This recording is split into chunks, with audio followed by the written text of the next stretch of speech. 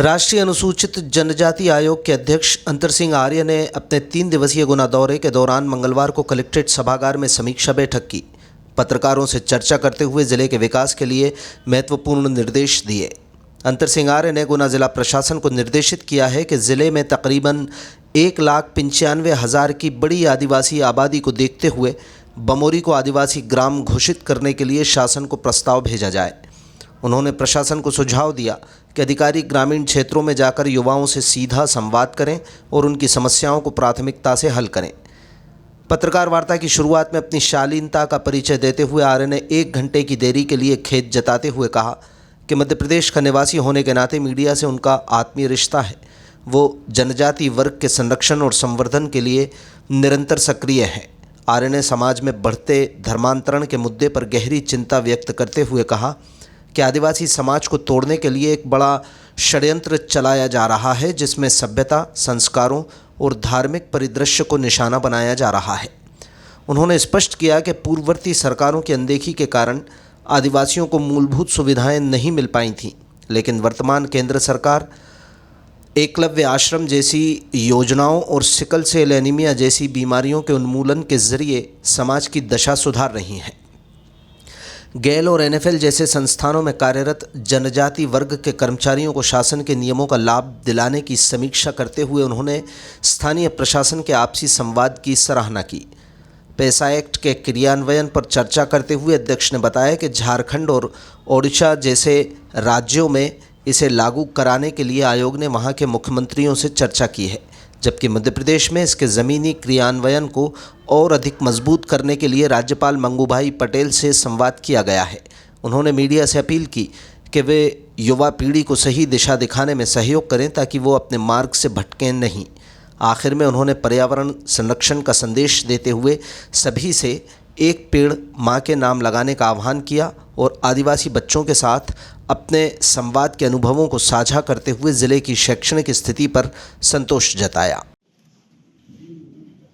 क्योंकि मैं मध्य प्रदेश का हूँ, मेरे मीडिया के साथी भी मध्य प्रदेश के, और मैं आज आयोग के अध्यक्ष की हैसियत से यहाँ आया हूँ।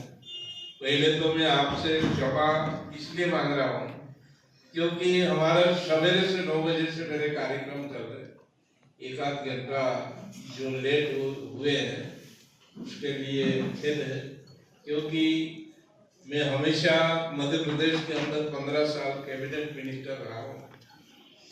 मेरा मीडिया से विशेष प्रेम रहता है। जब मेरे बंगले पे जब मीडिया के साथी लोग आते हैं, मेरी मीटिंग भी अगर होती है तो मैं मीटिंग कैंसिल करके हमारे मीडिया के साथियों से मैं तत्काल चर्चा करके उनको समय दे देता हूँ, और आज इसीलिए मैं क्षमा चाह रहा हूँ।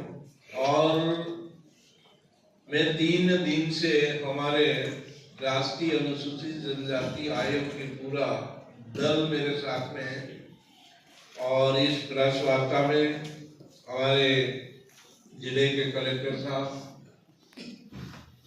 जिला पंचायत सीओ, एसपी साहब, डीओ को, हमारे जो इधर साइट पे जो बैठे हैं दुबे जी, ये हमारे कमीशन के वरिष्ठ डिप्टी डायरेक्टर है।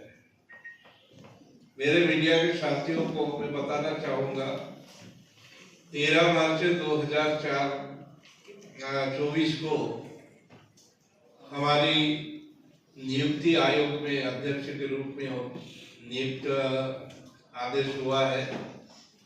हमारे देश के लोकप्रिय प्रधानमंत्री नरेंद्र भाई मोदी के अनुशंसा के ऊपर महामहिम राष्ट्रपति द्रौपदी मुर्मू के हस्ताक्षर से कमीशन के मेंबर्स, कमीशन के अध्यक्ष की नियुक्ति हुई, क्योंकि हमारा देश के अंदर 11.5 करोड़ से ज्यादा हमारे आदिवासी भाई रहते हैं।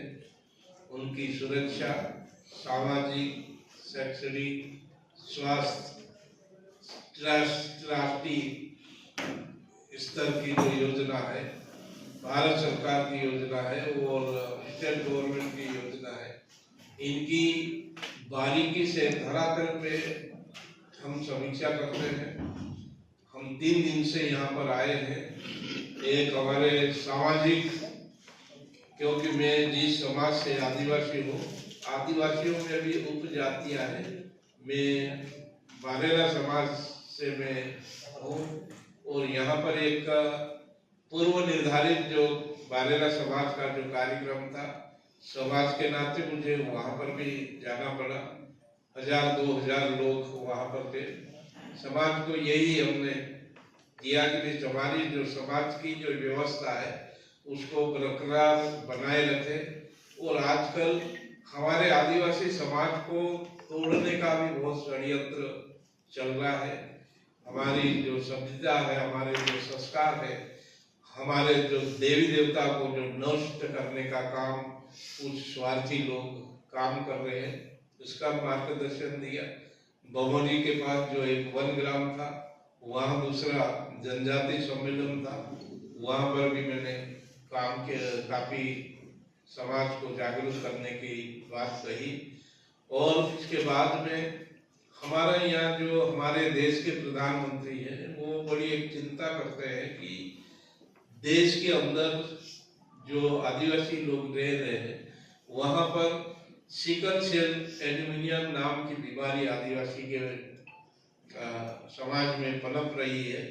पूरे देश में हम जहाँ पर भी जाते हैं, हम पहला काम तो हम मतलब एक पेड़ माँ के नाम से, क्योंकि प्रधानमंत्री जी देश की जनता से आह्वान किया है कि भाई एक पेड़ माँ के नाम से लगाना। वो हर कार्यक्रम में हम यहाँ लगाते हैं। कल हमने ये